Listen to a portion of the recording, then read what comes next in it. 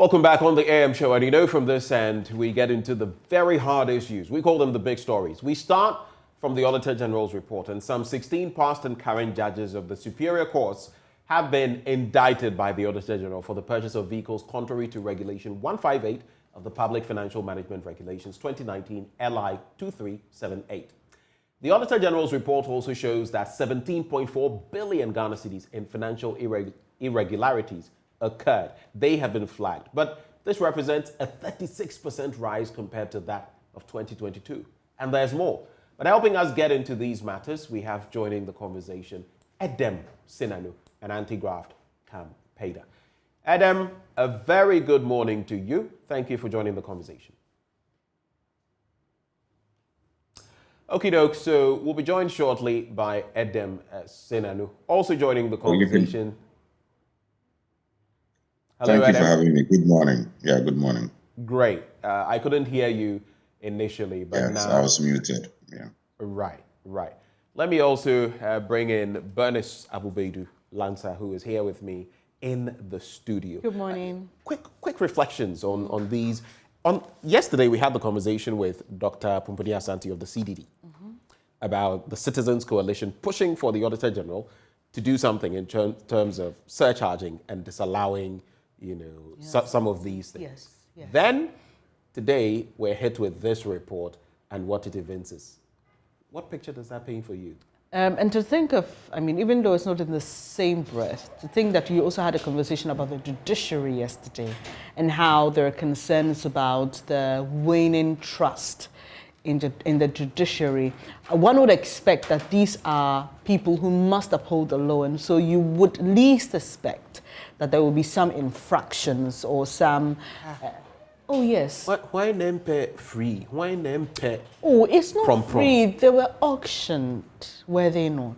Yeah, vehicles worth about $70,000, $75,000, auctioned after a few years for what, $6,000? So it adds to the bigger conversation about trust, about people you hold in high esteem.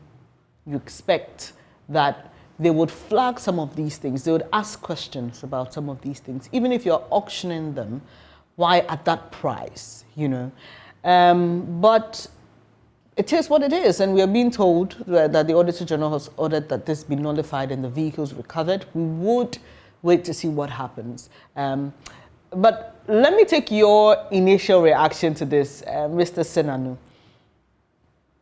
Well, to be honest, it's depressing when you get this kind of information because, like you pointed out, we expect our seniors to ask all the right questions, and especially a certain category of citizen in whom we have placed our trust and the country has made investments. This kind of report further damages the confidence of citizens in saying that we have seniors who are making sure that the right thing gets done. So disappointed, really disappointed at this kind of news. And I'm wondering the detail. What was the process followed? And how come nobody asked any question? Or did they ask and were not listened to? I'm just surprised at the extent of the gap between the value and what eventually went for. Some of them are 2017, model. So this is 3 years after they had been purchased. I'm wondering why you would even want to auction them. So there are questions that have to be answered, but really disappointed at this because it doesn't help us in the fight against corruption.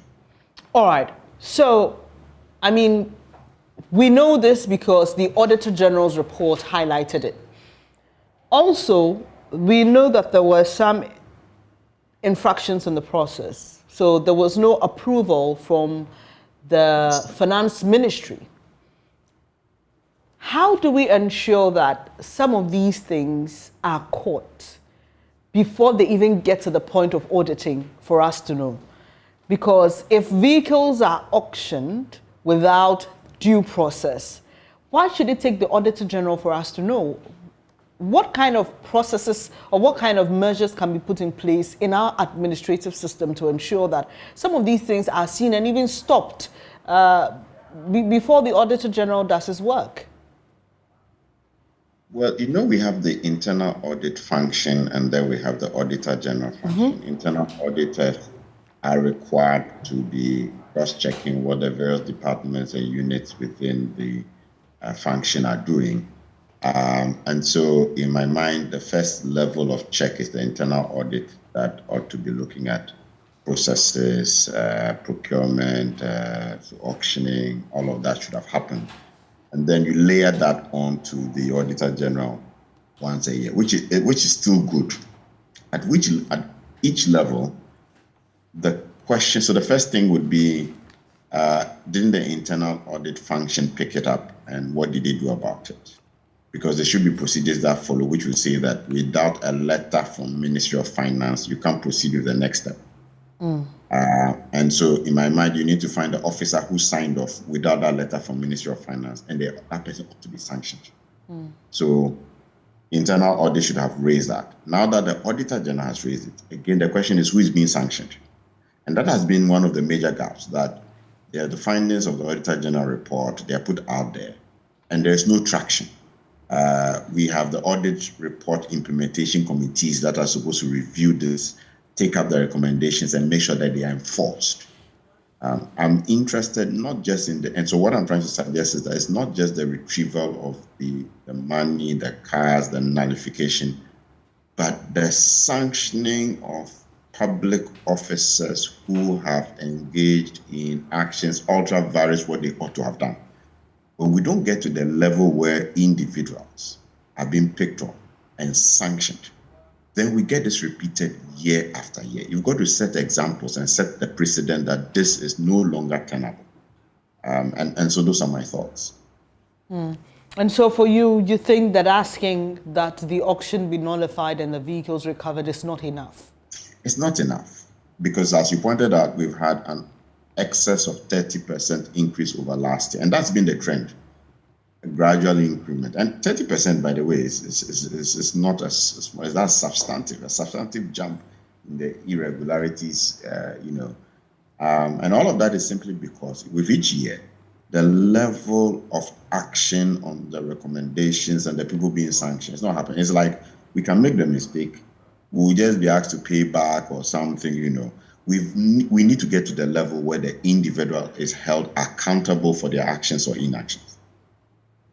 Would you say then, Adam, that we have a broken audit system because it technically operates post the fact, post the irregularity, post the breach, post the corrupt activity?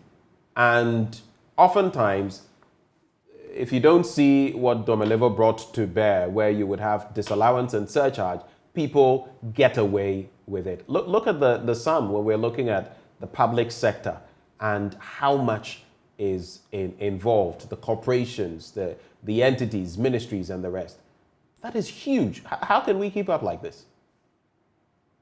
Well, I wouldn't call it a broken audit system, because audits are generally done after the fact. So that's the audit. You finished and someone comes and checks, did you do it right? But I probably would say that in terms of supervision and monitoring, we have a broken system. Because if you have effective monitoring and evaluation systems in place, they will pick up signals that something is going wrong. Especially if you've digitized, if there's an electronic system that says that without the next step can come on, so you can't get, the system won't allow you to approve an auction because a certain document has not been filed, So it's about the system in place. If the system has certain, it's like when you are filling a form online and then they have certain columns, certain data entry points where it's an asterisk. If you don't fill it, you get to the button, it tells you this and that has not been filled, so you can't proceed. That's exactly how the system should work, that without A, you can't get to B. So without a letter from the Ministry of Finance that we signed off, you can't get to say you're going to auction. And so there's a need for a review of some of the systems that allow processes to continue in spite of the absence of key documentation, which are, as it were, should be the trigger for proceeding.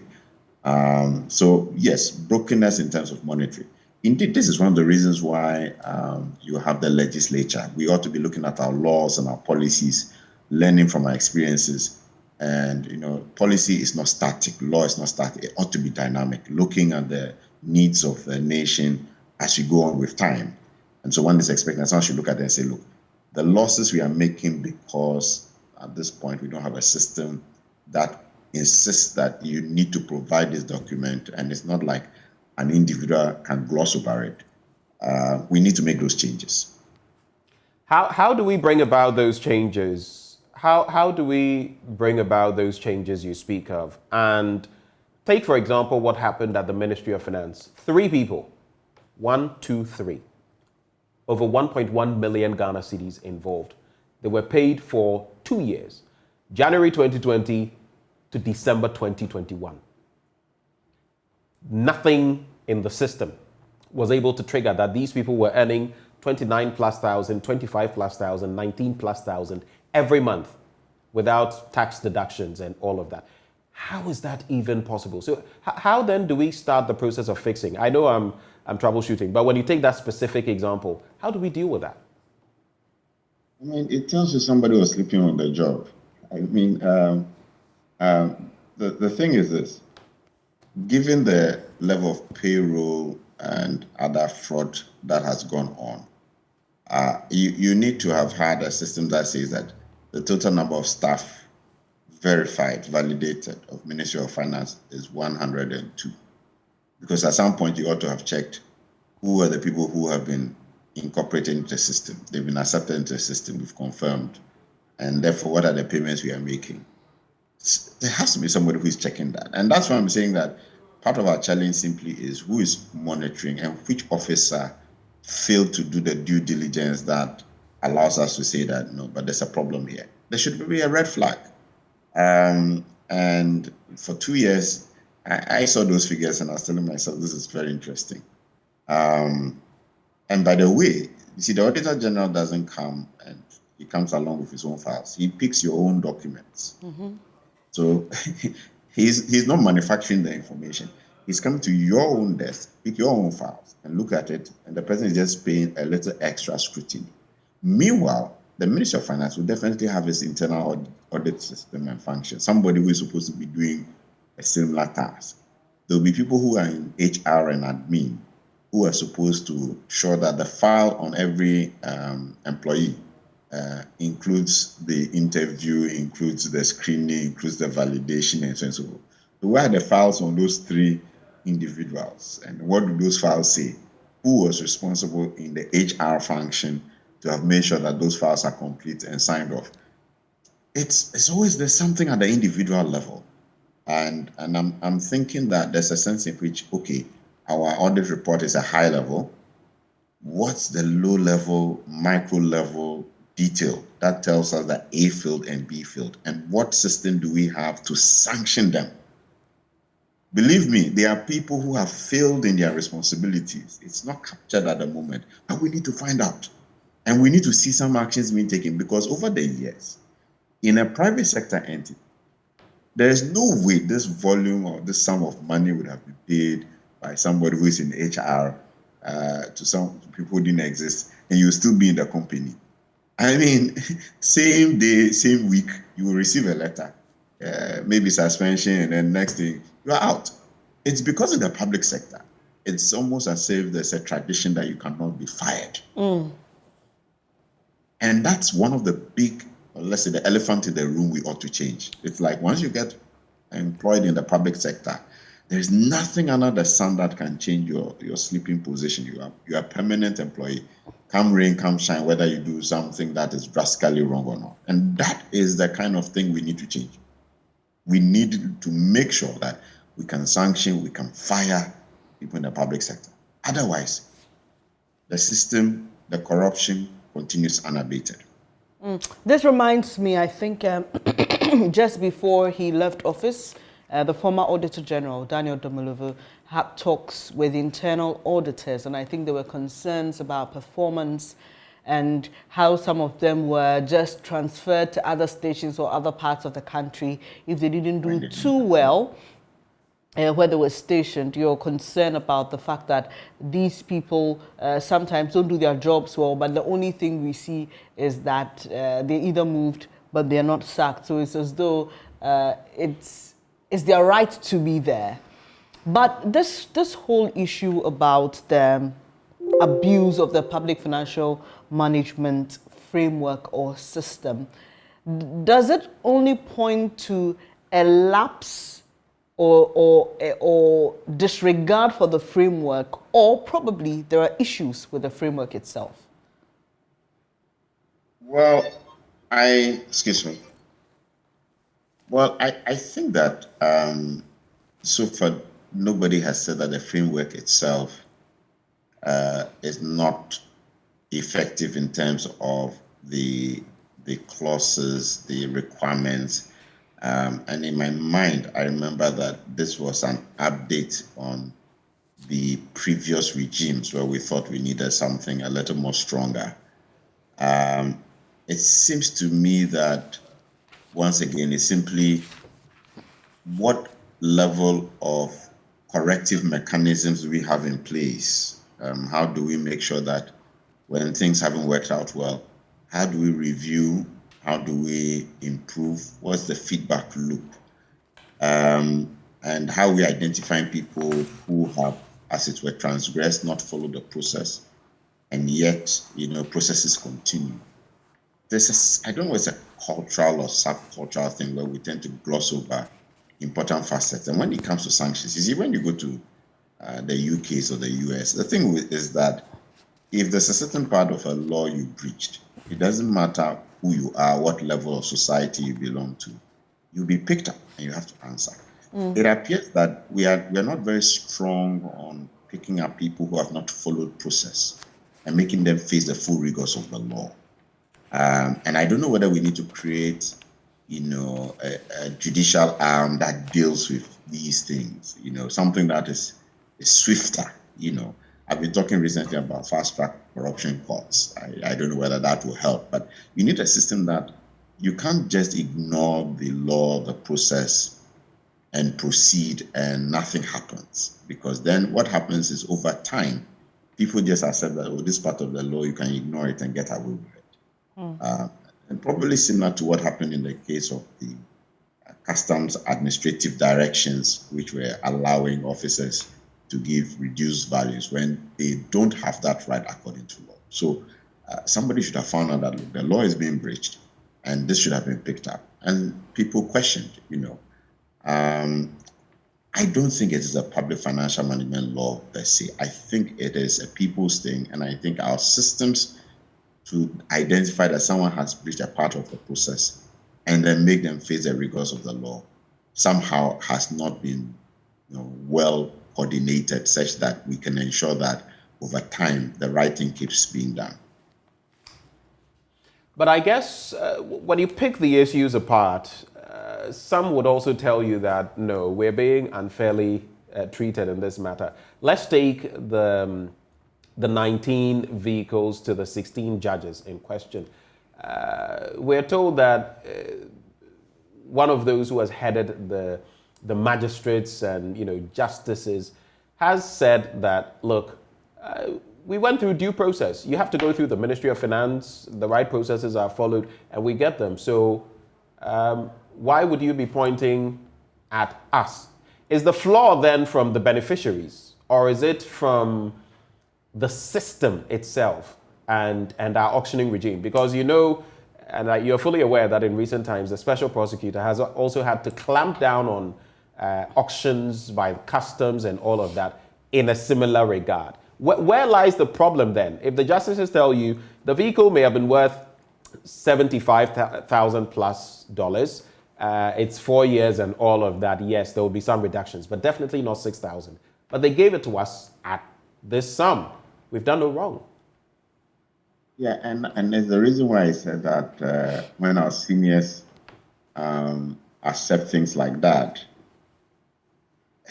it raises questions. Why am I saying that? I mean, if a car was bought in 2017 and is being auctioned in 2020, 2021, and you know the values, somebody should be asking questions. So two things. One, it is possible that they followed the process as far as they were aware. But having said that, you still look at the vehicles involved, the values involved, and you're wondering, didn't anybody begin to say, is this all there is? Isn't there something really, isn't it too good to believe?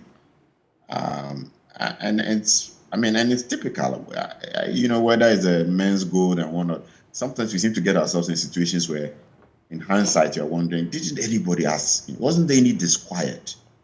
So I won't fault anyone saying that, this was the process, and perhaps we should look at it again, because as I said, somebody failed to do the steps, follow the steps accurately. But beyond that, for the beneficiaries, wasn't there any disquiet? Wasn't there any signal that there is something just not too right? Isn't this too good to believe? Shouldn't I cross-check? And I'm saying that for a certain category of people, we're expecting much more questions than the ordinary. So they can choose to attempt to get away with saying that, but we follow the process. But for the rest of us, as the people and citizens of this country, we're expecting much more from them, and that's the point. It's important that you make mention of this, because our judges are supposed to have character, be morally upright, ramrod straight, if you like. But are you suggesting that they should have turned down these boons that were being given to them, offered to them on a silver platter? And does it question their moral rectitude then? Does it put into question the character that they are supposed to have as justices of our courts? No, not necessarily. I don't think that on the face of it, it provides enough evidence to question moral character. But there's an extent to which, in my mind, the questioning and incisive critical thinking capacity, in my mind, I'm wondering, wouldn't I ask questions? Shouldn't they have asked questions?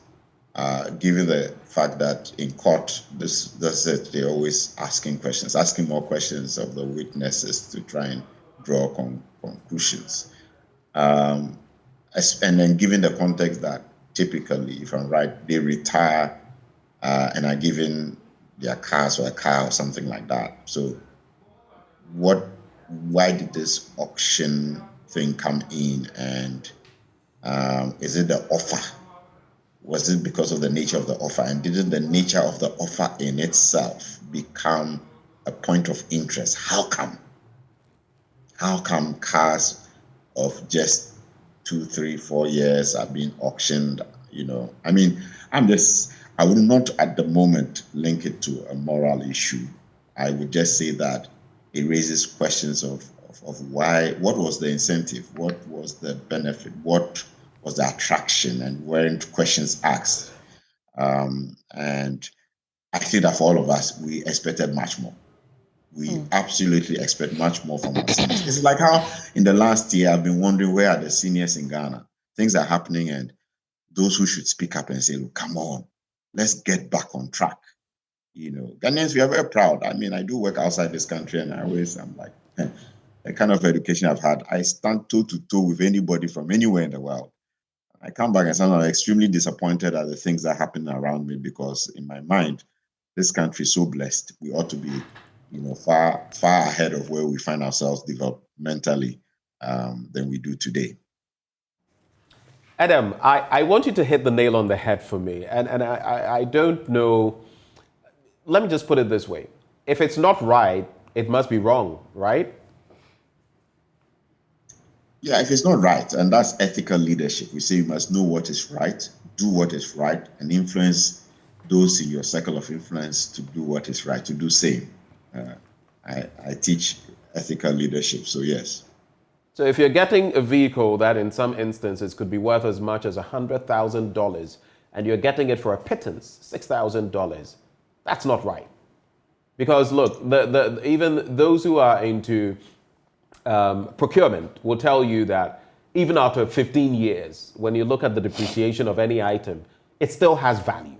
even when you zero rate it, it still has appreciable value. Interestingly, just yesterday, I saw a vehicle from 2013 that is selling for 60,000. Someone would say it's overpriced, but it still has value. So you would have to negotiate. In this instance, when you look at the disparity, I mean, and this is what we do, not just in these instances, it's the same thing we do at the ports where sometimes we even incur losses for the state, selling off these vehicles at far cheaper than even their duty.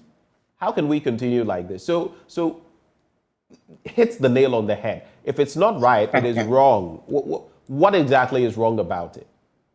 What is wrong is the fact that questions were not asked whether this auction is a genuine auction process, and I think the mechanism of an auction is one where someone could bid any figure and get away, and that's why sometimes it's advantageous to some people. The thing could be worth 100,000. And on that day, you're the only one who bid for it, and probably said 1,000, and you got it. So the mechanism of auctions in itself poses a problem, because that is also supposed to be a benefit to people who get into the system. So I cannot fault the auction part of it. What I can fault is that people should have known that there ought to be questions asked to be sure that this process is flawless, it aligns with the laws of the land, and nothing has been breached. And that, for me, is the ethical issue. Perhaps I would like to highlight that our seniors, it doesn't matter whether it's in the judiciary, in the executive, in the legislature, or whichever place, we need to be more questioning, because so much is going wrong in this country. Let's all do the right thing by inquiring much more to be sure that our processes we engage in are legitimate, have followed due process. There's nothing outstanding, especially when it's too good to believe. It's too good to believe. This is one of those where not asking the right questions, for me, let's say it's a crime against the people of Ghana.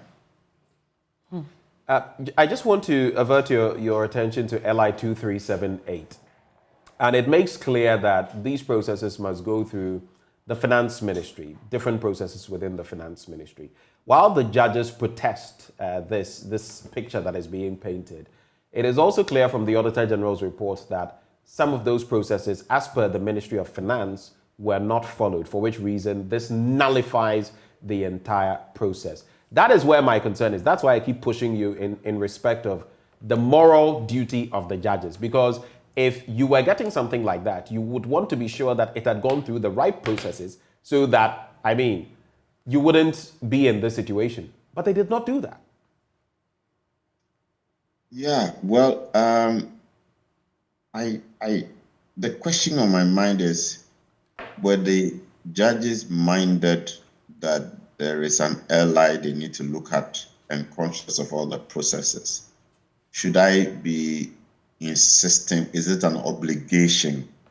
I'm only saying that because of the category of people we're talking about. That is an expectation for myself. But by policy and law, I don't know that there is an obligation on them, except if they were made an offer and it was formally done. And so my interest is, what was the nature of the offer? Did it come formally to the judicial system? Was it posted? And did these ones then take advantage of it? And what were they told? There's a sense in which they could have been secluded. They could have been kept away from the other details which mattered. In which case, that would be an unfortunate thing, but, so I'm being cautious.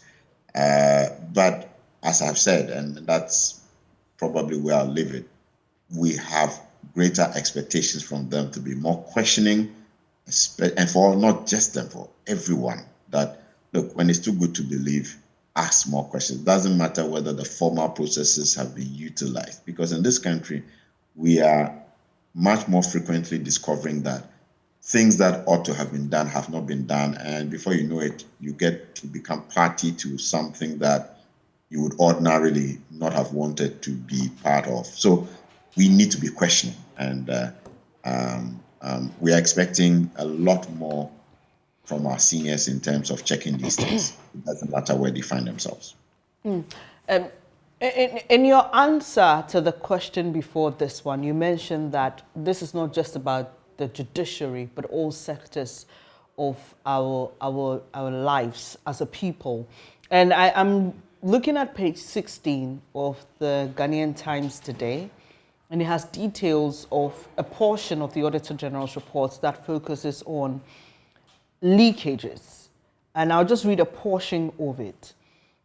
The Auditor General has detected financial irregularities by public records corporations, by public boards, I beg your pardon, corporations and other statutory institutions amounting to 17 million cedis over that in the 2021 financial year ending December 31, attributing the irregularities to non-compliance with provisions of the Public Financial Management Act, Public Procurement Authority Act, and lack of due diligence by officers. The AG said the irregularities cut across cash, payroll, procurement, tax, stores, and contracts. The amount represents a 36% increase over what was recorded in 2020. The increase was occasioned mainly by credit power sales to Volta River Authority and Northern Electricity Distributing Company customers. The breakdown, and it gives the figures, due from customers of VRA is in respect of forex power sales, local power sales, mine power sales, government ministries, departments and agency power sales, and Government of Ghana COVID-19 power relief. Now, this is one leg of it. The other has to do with the education sector. So this is on the energy sector.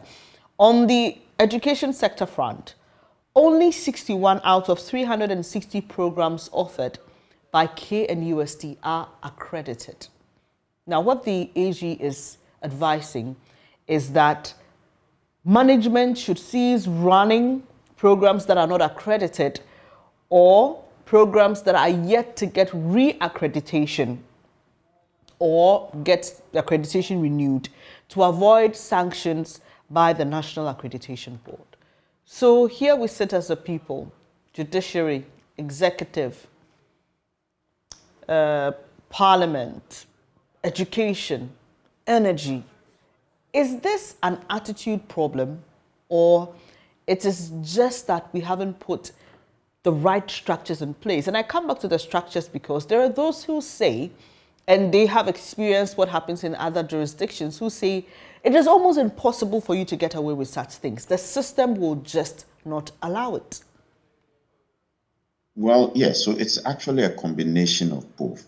The work done by Transparency International shows that the jurisdictions that are doing very well in respect of anti-graft, there are about 3-4 things which are key. One of those is effective policies, laws and policies. In Ghana, we have a plethora of laws and policies. It's not that we don't lack the laws and policies. A second is strong, independent, objective institutions, anti-graft institutions. We don't have enough of that. At the moment, the OSP probably is the most proactive, but we need the other anti-graft. And by the way, when they say strong, independent, it means that you are not having their leadership selected by the executive. You are not having their finances controlled by the executive. They are able to take a decision objectively. And so at a point, you can have multiple independent institutions investigating the same matter. So strong independent institutions are there. And those are key. We also have the issue of education, so that the citizenry have a good understanding of conflict of interest, of graft, corruption, extortion, embezzlement, all the terminologies. I find that many public officers don't even understand the basics of conflict of interest or potential conflict of interest. And then they have intentionally, and this is where I'm just trying to bring the things together, they have intentionally inculcated values of hard work, integrity, and honesty. So you find that the Nordic countries do very well. Their educational systems and family systems have been designed where You have codified what are the core values of the society, which will deal with honesty, integrity, and hard work. And they try to build them from childhood to understand that these are the core values you must stand for. We have not intentionally done that. So on one hand, without codified values which are national, that families, education system, we push and we refer to and we challenge ourselves. We've said that if somebody did something wrong, he will even resign without even waiting for an investigation because they want a certain credibility to go with the reputation of their family. That's on one hand. On the other hand, our policies and laws and the enforcement, not just having the effective policies and laws, but also the enforcement. And that's a challenge we also have. Our enforcement is very weak. When is the last time you found any precedent set by people being found culpable, jailed? How often do we do that? We are very, very weak. We don't like to touch anybody. And that's not the way to get any results as far as anti-graft is concerned. So there are at least two areas where we are failing miserably. It's an enforcement of our own laws and policies. We are not enforcing. On the other hand, we haven't codified core values. So there's an attitudinal problem. Many of the young Ghanaians and people now think that shortcuts, get rich quick, and that's it. We won't get punished anyway. Or if we're in jail, maybe our family will continue enjoying and I'll be a hero within the community. We've got to rethink these things. Also joining the conversation, and before we let go of you, Adam, just stay with us. Professor Ebo Turkson is with the Economics Department, University of Ghana. Prof, a very good morning to you, sir. Good morning. Great. Thank you for joining the conversation. Just hold for us, Prof, as we conclude this leg of the conversation and come to you. Thank you for joining. So, Adam, just to wrap up the conversation before you give us your parting shots, when you look at the cash irregularities as per the 2021 audit, when it comes to public boards, corporations, and in terms of the cash irregularities, it's amounted to some 505 million Ghana cedis. And it has to do with the misapplication of funds, budget overruns, payment of board allowances to council members without ministerial approval, and payments not authenticated. Then there is the case of Cocobot alone, accounting for 230 million Ghana cedis of this sum, representing unbudgeted expenditure. So misappropriation, budget overruns, that is budgetary indiscipline, payment of board allowances to council members without ministerial approval, and payments not authenticated. I bring this up to, tie up the conversation because it has to do with our major institutions in the public sector and the very things that year after year after year after year lead us here. Where do we go from here? The non-compliance that you've talked about, the irregularities, the lack of due diligence, it's all individuals. They are persons who have the responsibility to make sure that there is budgetary discipline, fiscal discipline. There are people responsible to make sure that due diligence is followed. There are people responsible to make sure that we don't have these irregularities. These reports must move to the next level of naming and shaming and sanctioning. We are not going to get any changed scenario for the future if we don't move from the high-level reports and just having a discussion about how bad the situation is. Somehow we seem to have gotten into that thing of we all know what is wrong. Nobody is doing anything about what should be right. Let's identify the individuals who we have paid, because you see their positions and the job descriptions and the tax defined include these issues. And if you've been paid over the years and yet you have not delivered on that mandate, you ought to be fired. Let's make sure that public sector officers who superintend these things get fired, period. We will see a change. Adam, strong words to end the conversation, at least from your end. We're grateful that you took the time to join us. And thank you for having me. Adam Senanu is an anti-graft campaigner. Let's bring in now Professor Turkson, who is also going to share his thoughts. Briefly, Prof, so what do you make of the latest Auditor General's report? Over 17 billion in terms of what we've pumped into the public sector, and which have amounted to irregularities. We also have over 1 million paid to supposed staff of the Ministry of Finance, staff who don't even exist, and many more matters arising. Your summary thoughts on the latest report? Thank you. I think that this is quite unfortunate, but having said that, it's something that we hear every year. These things are not new to us. I'm just wondering why we have not put in place policies to deter such flagrant disregard for government procurement and other issues that would make our public sector efficient. I'm sad that the Ministry of Finance, that is supposed to work together with other institutions to rate the government payroll of ghost names, are themselves the institutions that have ghost names in their midst. And so it's important that we try as much as possible to get this process of Auditor General's report moving beyond just highlighting of these malfeasance, but also to go on if people are found culpable to be prosecuted to serve as a deterrent. But until that is done, I think that this thing will continue, and it's not very good for Ghana. As an economist, very briefly on this as well, looking at where we find ourselves, economically speaking, the downturn and everything, going to the IMF, just how much damage do you feel all of this is doing to us, the state's kitty, and to ordinary Ghanaians? I mean, that is what we've always said, that unless we improve on public finances to make sure they are very efficient, and then to rid our public finances of such unnecessary, such wasteful use of our public purse, then the public expenditure that we want to reduce so that we can reduce the fiscal deficit and the piling up of our debt will not end anywhere. I'm very certain that as we approach the IMF, the payroll thing will come up again. And it's something that we need to treat and get rid of once and for all. I've lost a number of times that the cleaning up of the public sector payroll has been on the board anytime we go for reforms. I mean, if we pay lip service to it and we don't do anything about it, I mean, we'll go to the fund, get out of the fund, and go back to the fund again. It's important, and especially a situation where parties part some of the state-owned enterprises with their party supporters to get them jobs. I think that we need to take a look at this.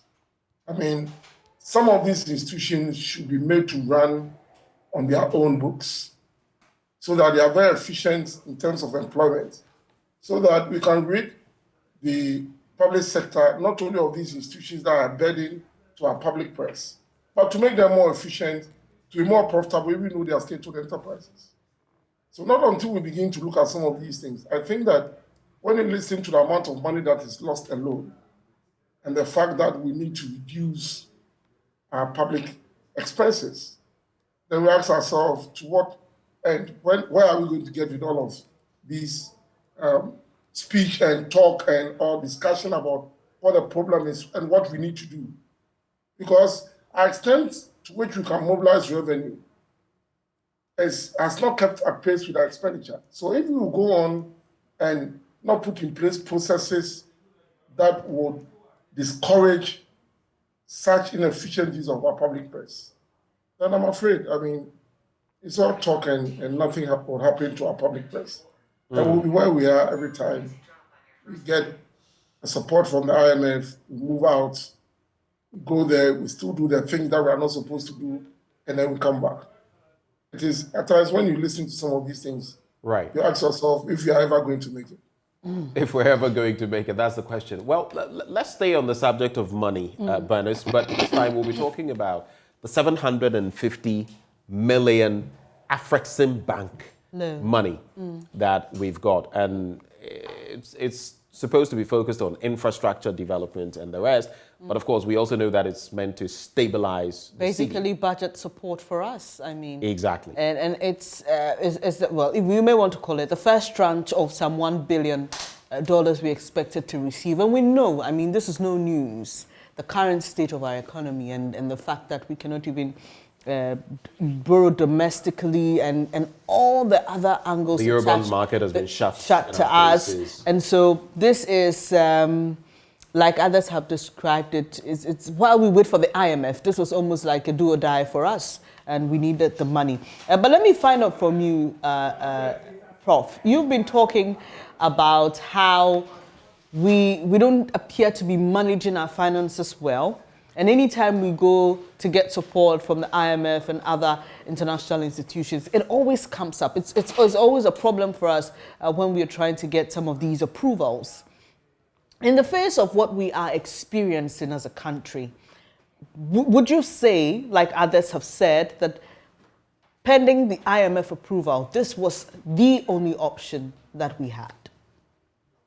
I mean, I don't think that the main reason for going for the African Exim Bank facility was to stabilize our currency, although indirectly that is what is going to happen. I think that we also need to expand our infrastructure. I mean, the capital markets have been closed to us, but we have infrastructure deficit that we need to close. We are building an economy out of what happened with COVID.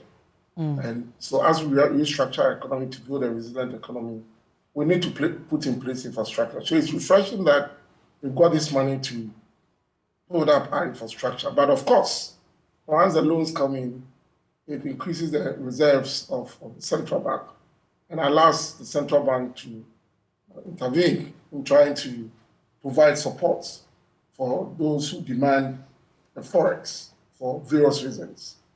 So yes, it's coming at the right time as we prepare to go to the fund.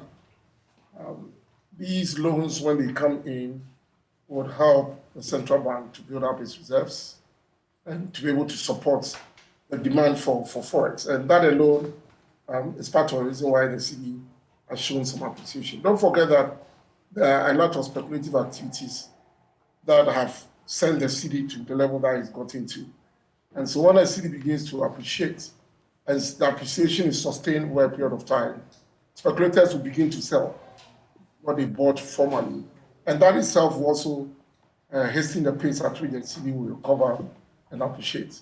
So we are looking forward for a cocoa syndicated loan to also come in so that we are able to get rid of all the speculators. And I think that when we begin to get such inflows, the cedi will find its own level and the speculative activities. Right?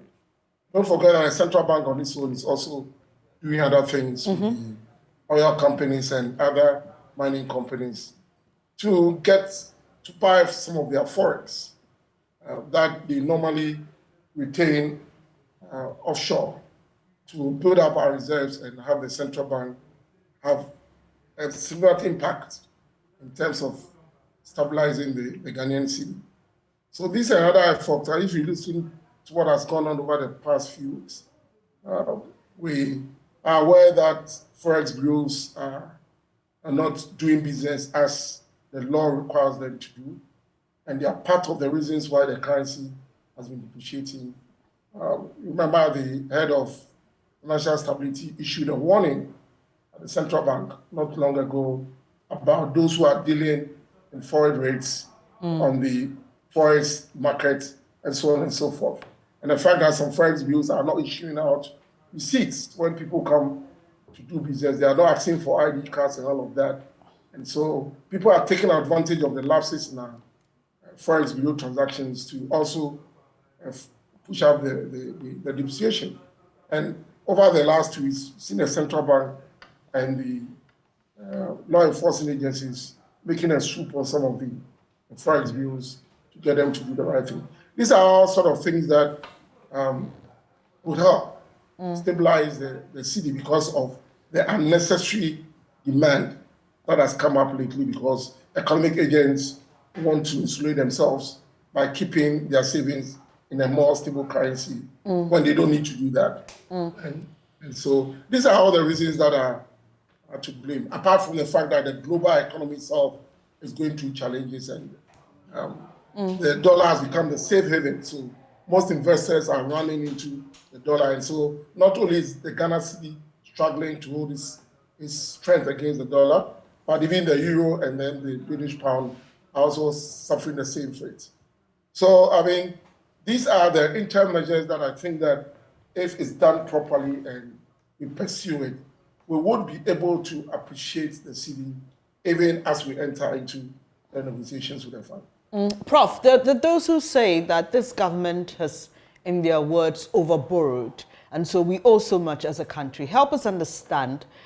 There are infrastructure needs that must be met. As we know it, our debt stock keeps rising. Is it a prudent decision at this time to borrow for infrastructure? Yes. When you borrow for infrastructure, it doesn't matter how high your debt is. When you borrow for infrastructure expansion, what you are doing is that you are positioning your country at a point where it is going to expand to raise more revenue, to raise a higher output, so that it positions your country at a point that it is able to pay for its debt.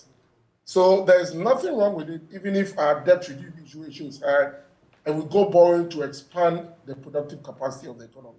In fact, that is what we need to do. So if the capital markets were available for us now, I would always support the government to go and borrow to expand the productive capacity of this economy, no matter how high our debt to GDP ratio is. Because don't forget that that ratio is the debt over the GDP. And so if we expand the productive base of the economy and GDP grows faster than the rate at which we borrow, our debt to GDP ratio will decline. Our tax revenues, which is a proportion of our output, would increase. Our debt, in terms of our fiscal deficit, will decline. And our debt will be moving on the path of what we call sustainability. So that is what we need. In fact, one of the solutions to the current situation we find ourselves is for us to benefit from such loans like the Afrexim Bank loan to go and expand the domestic capacity of our economy, attract more firms to come in, produce, employ, tax, and then expand the economy. And that is a sure way to go. I mean, if we are going to look forward at bringing our debt levels down, what we need currently is an expansion and productive capacity of the economy. So that shouldn't be a problem. There are countries that are heavily indebted more than Ghana, but nobody talks about them because they have the economy that can get them out of any situation that they find themselves because they have the base that can service the debt. So what is important is expanding that base, and that is what we need to do as we speak. So, Prof, how long should we expect to see this positive impact on this infrastructure drive that we are on to help boost the economy? We are not going to see that in the short term. I mean, when you expand infrastructure, it would attract investors, it will make doing business cheaper, it will expand outreach and all of that. But you see, that is our problem. We've always looked for short-term solutions to the problems that we have. The problems that we have as a country now will need medium to long-term solutions. And so if we begin to put in place those solutions, though they might not necessarily begin to show benefits initially, we know definitely that if you build a rail line from Takoradi to Tema, if you build a rail line from Takoradi to the north, and we get our roads expanded and send infrastructure to the areas of this country where we have agricultural endowments and we can add value to them, what we'll be doing is to be exporting higher value addition. We'll be creating jobs. We will also be looking at substituting for overdependence on imports because we're adding value to agricultural output. And certain things like food juices and agro-processed goods, we don't need to import them. These are the sort of things that we need to do currently and hope that in the immediate future, not the present, we are going to see the benefits of that. I mean, if you look at what has happened over the years in terms of the energy investment that we did and all of that, and the business processes that we are reforming, you could see that we have become an attractive destination for certain multinational global giants deciding to come to Ghana to set up assembly plants and all other productive ventures to be the production base in West Africa and possibly in Africa as this after kicks in. So these are the sort of things that we need to do.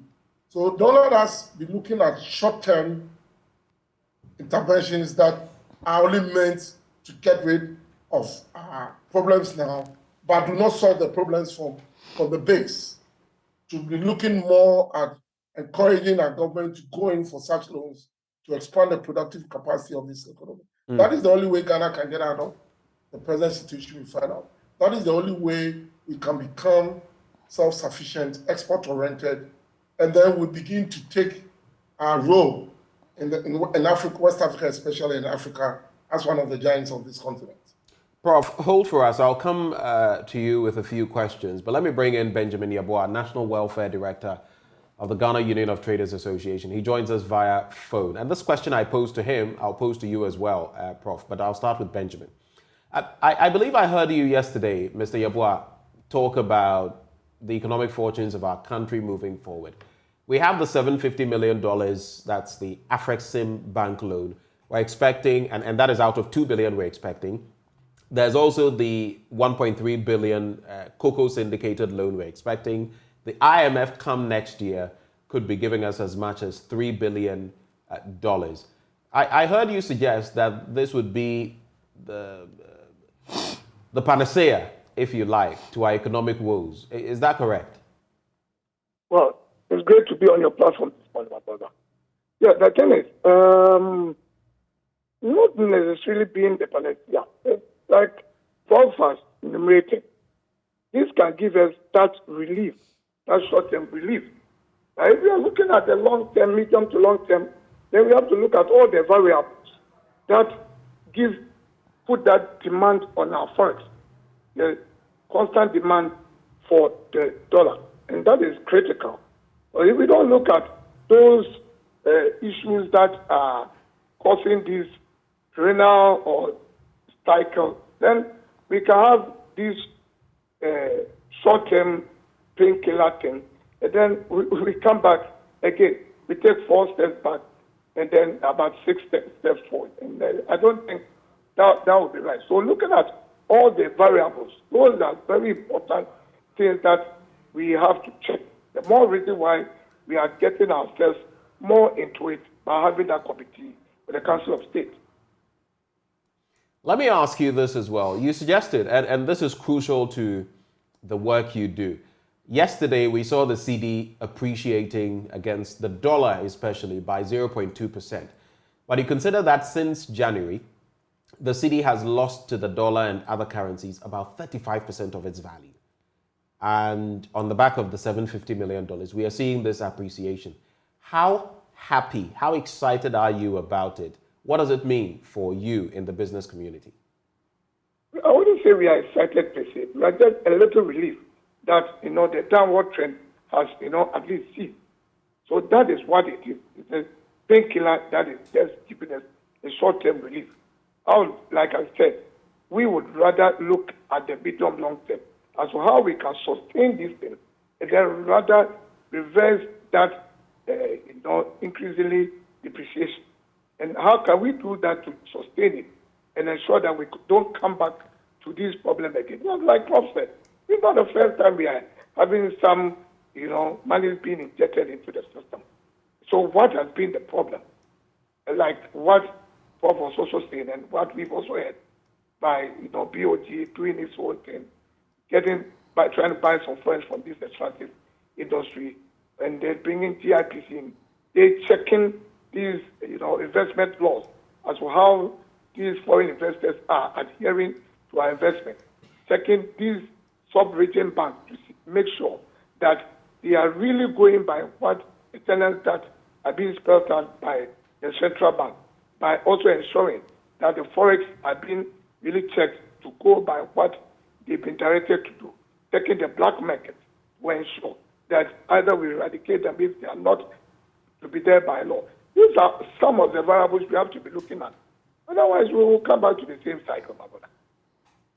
So we have the $750 million, Benjamin, is purely meant for infrastructure. Prof has walked us through how that will feed into stabilizing our economy. But it will also shore up the cedi to ensure that that run on our currency does not continue. But the very things you speak of, are you optimistic that we'll be able to stabilize the cedi to the point where you and the business community can conduct your business without being so worried about the fluctuations of the currency? Because like some of you have said, you can't even, purchase goods like you were before, because you would contract on something today, by next week the figures have changed. How optimistic are you in that respect? Yeah, we are a bit optimistic because this time around we want to be part of how we are looking at the solution. You see, either then we'll be told of what is going on, like the person 750, and that will be it. But then this time around, we want to be part. That as we go along the way, we have these interactions with these various, government institutions per the mandate of the Council of State, so that we see exactly what they're also doing. Then if we have some questions, we also put it to them. So together along the way, we look at all these things. Other than that, like I said earlier, it will be some relief, yes, but then how are we sure that these are going to go into the real, areas that we've asked them to take it, and then also to ensure that we get things the way we want. So that before we realize, we say Jack, and then the monies have been siphoned out. So that is more important to us, for us to be part of the solution along the way, so that we can feel that confident that yes, we are doing the right things, looking at all the variables. Right. Otherwise, my brother, I'm afraid. Let me just rope in. I said that I would throw that question to Prof as well. So looking at the sums, the different tranches of money we are hoping to get, 750 million out of the 2 billion we've secured, 1.3 billion by way of the cocoa syndicated loan. There's the expectation from the IMF early next year, hopefully, that would get the 3 billion. Is this enough to shore up our economy? And I want you to add to that the case that is made by Dr. Atufforson concerning this 750 million and the fact that some 37 million can't be accounted for. We're told it's gone into an escrow account and that it will be used for debt servicing. But Dr. Atufforson insists that there is no such provision in the contract proper. Can you shed some light on that issue as well?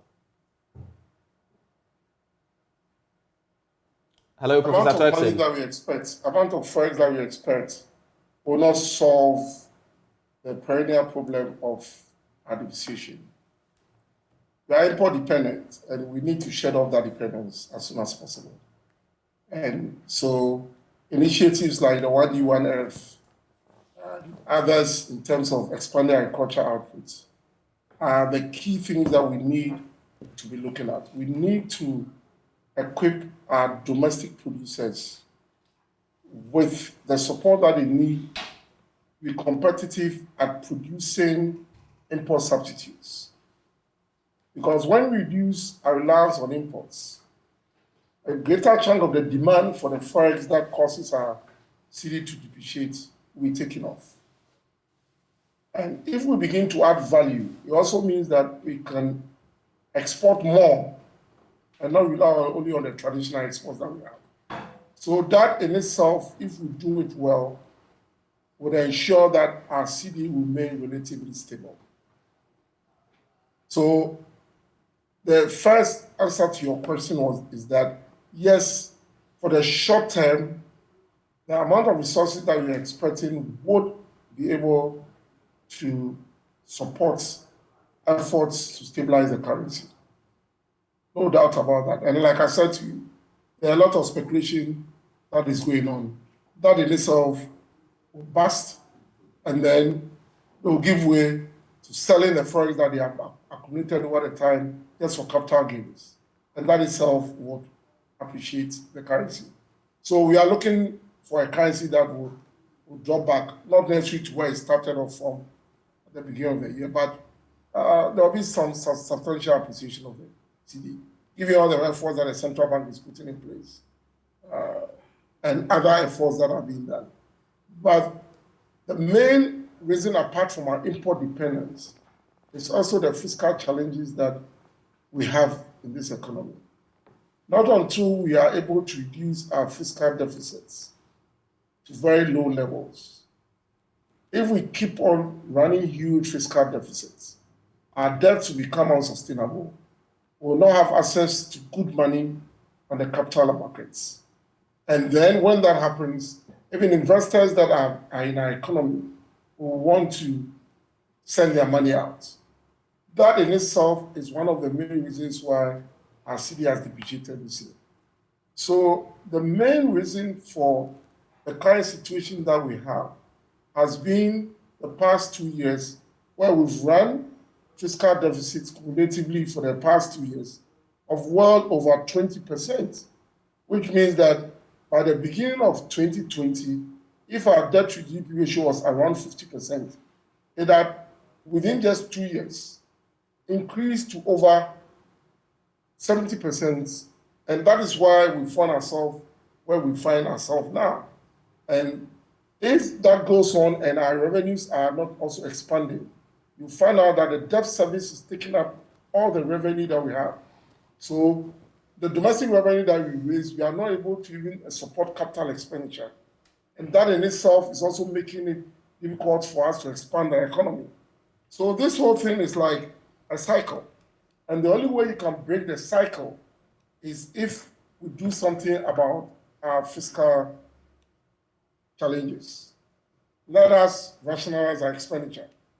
What are the expenditure items that we can do something about so that our fiscal deficits will reduce, so that we show our investors that we are making credible initiatives to consolidate our fiscal position, so they don't need to be worried about giving us their money. When we begin to do this and investors have confidence, they are going to have an upgrade from the rating agencies, and that is a signal to them that they need to stay.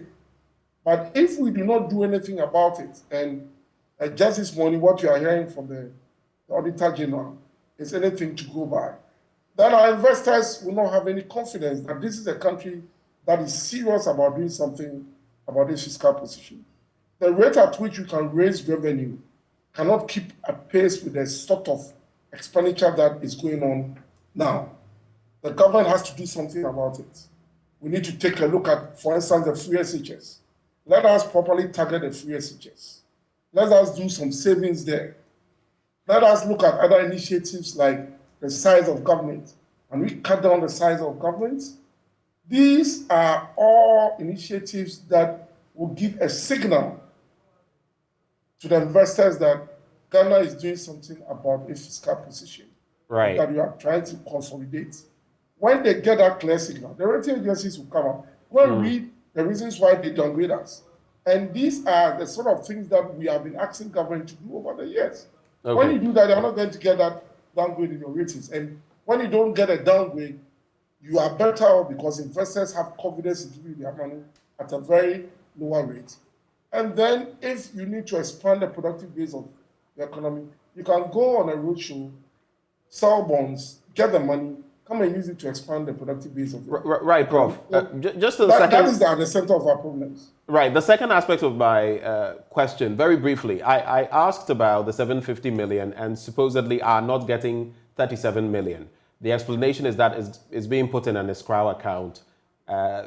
Others dispute that. What is the usual process that happens when we get such loans? I mean, so once the loans have come in, the point is that I'm not too sure what the government means by that, but let me take it from this angle. Supposing we have certain interest payments to make in Forex, if the government is putting that money down, then it means that it is going to have to provide the CD equivalent for whatever the money was supposed to do as part of building up our infrastructure. So per the contract, if the money was meant for infrastructure, the whole amount is supposed to go to expanding our infrastructure, not to service any interest payments or whatever it is. But I'm saying that if these interest payments are going to be made in forex, then the government can still ask the central bank to put part of it there, and the government, through its revenue, will be able to raise the CD equivalent to support what infrastructure that is going to build. That is what I think. But if that money is being put there and there's not going to be a CD counterpart that will be released for that infrastructure support, then I think that Parliament has to look into it and find out why that is done. I'm not a parliamentarian, I'm not a lawyer, but this is my layman's understanding of what I think the issue that you raised can be explained. So it's left for Parliament to find out from government if whatever money has been put aside, that money will be made out of government revenue to support whatever infrastructure it is going to put up. And that can easily be resolved. Prof, so let's just move away a bit and talk about the general economic situation in the country. So yesterday, there was some sort of good news about the CD's performance against the dollar, and people were excited. Some have said it's early day, yes. Some have said it's a good indication. It's a sign that the CD will begin to perform better. But from where you sit, looking at this, even this amount that we've received that is expected to, among other things, help the CD perform better against the dollar. Where do you stand? Do you stand with those who say that it's early days yet, or do you believe that this is a sign of good things to come? I mean, I believe strongly that the CD will gain back its value. It might not necessarily go back to where it was. And I know certainly that there's a significant amount of speculative activities involved in where the CD has gotten to. I mean, if the support that is coming to build in our reserves would enable the central bank to continue to intervene, to stabilize the currency, appreciate it over a period of time, I'm sure that the speculative bubble will burst. Speculators will begin to sell off. Our CD will gain. It happened in 2014. It's something that will happen. But it is how the central bank is able to sustain that stability that would depend. And I'm very certain that that is going to happen sooner than later. So if you ask me, I'll say yes, the currency will get back to where we have come from, not necessarily where it started from. And also for us to also have confidence that the managers of the economy are doing something about what is going on. At times I hear a lot of pessimistic sentiments being thrown out there. Ghana is not out of the woods yet, but given the current initiatives that the central bank is doing and all of other things that are being done, we expect that the CD will get back some of its lost value. So we should have that confidence, and people should at least stop hoarding the forex because they expect that things are going to get worse. Things are going to get better. In future, you'll be able to buy the dollar cheaper than it is now. So if you need it in future, hold on. You can invest your money in T-bill or something, and then whatever returns you get from the T-bill would add some value to your savings. Don't go to run into the dollar because very soon the country will go to the fund. The fund will give us enough reserves that will enable the central bank to. So these are the sort of things that, if you ask me, I'll tell you my personal impressions about what is going to happen.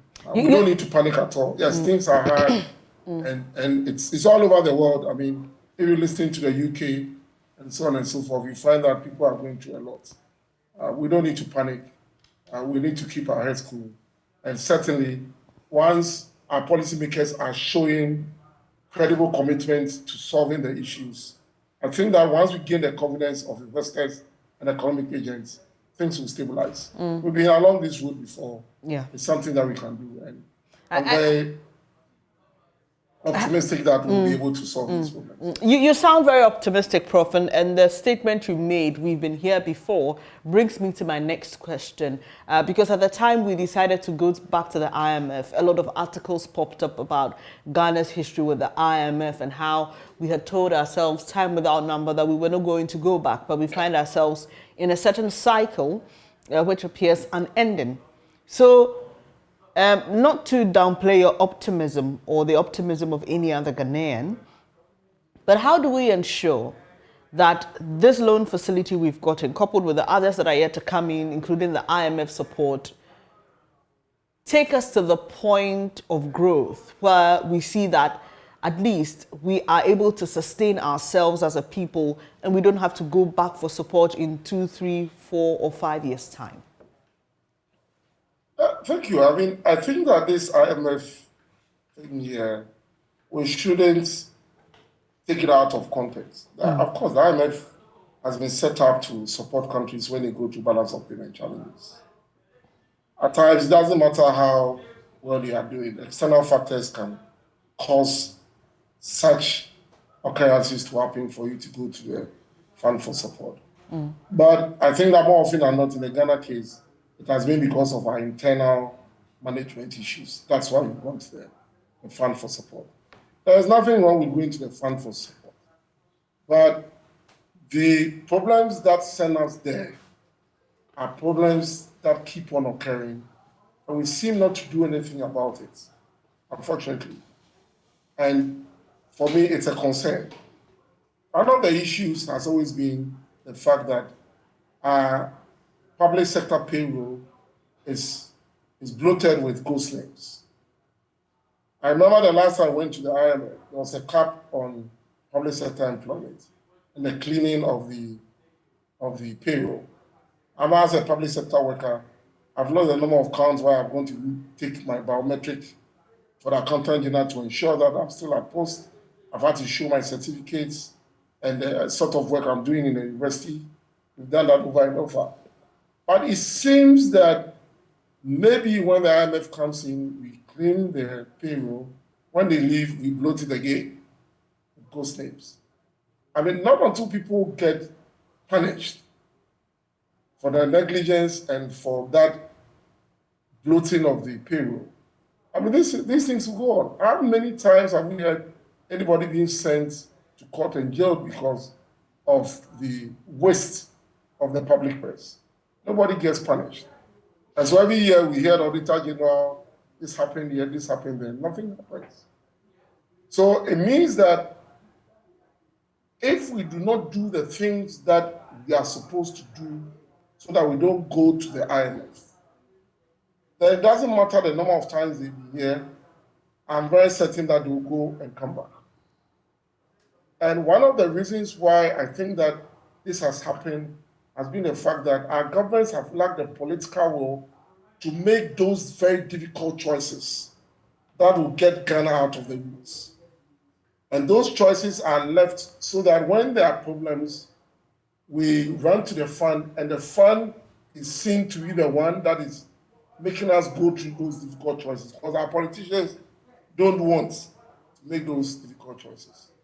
We don't need to go to the fund to know that we need to clean our public sector. We don't need to go to the fund to know that we need to rationalize our expenditure.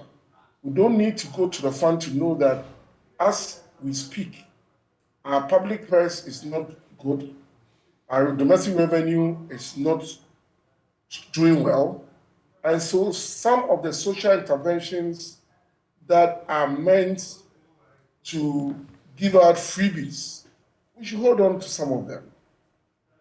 Indiscriminate subsidies, we should hold on to them. Target the subsidies. These are the sort of things that we can do. We don't need a fund to tell us that don't do this, don't do that, don't do this. We know. I don't think the guys from the fund who come here to lead these reforms know better than those of us in this economy. So I think that the political will to carry out some of these difficult choices is what is missing in our political dispensation. And that is why we get to that point every time. I mean, the last time the IMF left, some of us asked that let us keep the cap on public sector employment and only look at the critical areas that we need to employ and employ. But we know of state enterprises where there has been huge employment there. And these are the sort of things that balloon the wage bill. And these We also employments, are you We also suggesting have that? democracy. Sorry, Prof. Unemployment cannot be solved by the public sector. Sorry, The Prof. public sector is supposed to provide the enabling environment for the private sector to try to generate the employment opportunities for the youth to go and work in there. It is not the public sector's job to be employing. The public sector should be able to make it very convenient for the private sector to employ by reducing the cost of doing business, by ensuring that we provide enough support for the private sector to do this. We cannot have a public sector increasing its size of employment, ballooning the public sector payroll, and then that would take up all the revenue when you have interest payments and compensation. Almost every revenue that we collect is gone. When we keep on doing that, it means that we are always going to run deficits. We are going to balloon our national debt. And it will take us to where we are. These are very simple solutions that we can do something about. And I think that the democracy that we are running, I mean, I don't mean that democracy is not good, it is good. I think that the type of, the structure of the democracy that we run is also too expensive. I mean, as we speak, Parliament is looking at expanding the number of members of Parliament. Do we need that? I'll say no. This is not the time. We either need to expand the economy, generate output, to grow the Ghanaian economy. And when you have enough revenue and our debts are low, if you want to expand Parliament, we can do that. If you ask me, what should we do? Maybe we should take a look at reducing the size of Parliament. We should take a look at certain expenditures that we incur. For instance, at every time that there's going to be an election, we need to do a new voters register. Do we need to do that? Can't we get one card that would be there for us to use every time and only enroll those who are not part of the register the previous elections? These are the sort of things that will cost, even if it costs us $30 million to come up with a new voters register. That $30 million could have built healthcare facilities in some rural areas in this country. That will also support in improving healthcare and also making our farmers productive.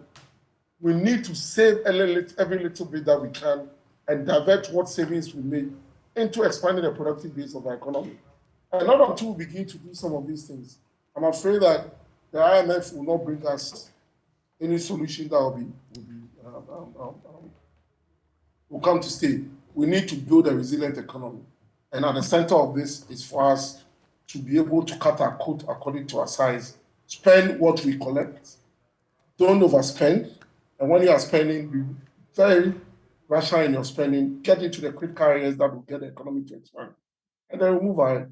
There's something we can do about this. And the political leadership has to make those very difficult decisions to get us from where we are. Prof, we're grateful for your time. Let me just bring in Benjamin Yeboah with your wrap-up comments. Yeah, my brother. So I've been enjoying the conversation. I think Prof has touched on a wide range of issues. The critical ones being helping the private sector to grow, i.e. support. And support can be in various forms, good policies, less interest rates on loans that we take, and then pushing in that needed funding. Those are key. And then there's this other issue about, excessive imports.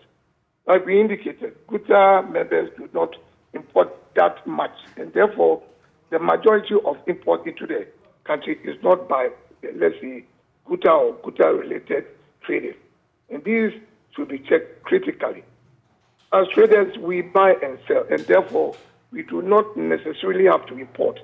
Anywhere that we can get a push and sell and make our margins, we are okay. And therefore, it's critical that we look at within ourselves, our manufacturing base.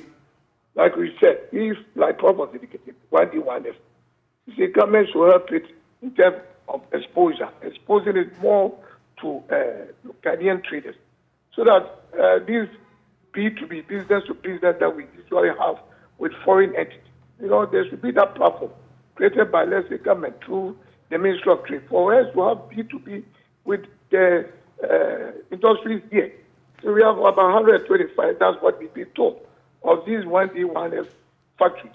So where are they? What are they putting up? It's when we beat them, then we can know their packaging, we can know their pricing. If their pricing is not good, we can point it out to them and tell them, look, your price is not good because we can get it outside cheaper. So what is the problem? Then they can begin to question government as to what they can do about it in terms of cost of production, i.e. being utilities or their cost of borrowing. These are critical. And last but not the least, checking these malls that we have. We have so many malls that are being run by foreign nationals. At least for something, we should have some policy. They have about 30% of their shelf line being locally produced items. These are medium to long term that can help, our city grow in strength and then reduce that excessive demand on it. I think these are some things that if we look at, we'll be on the right path.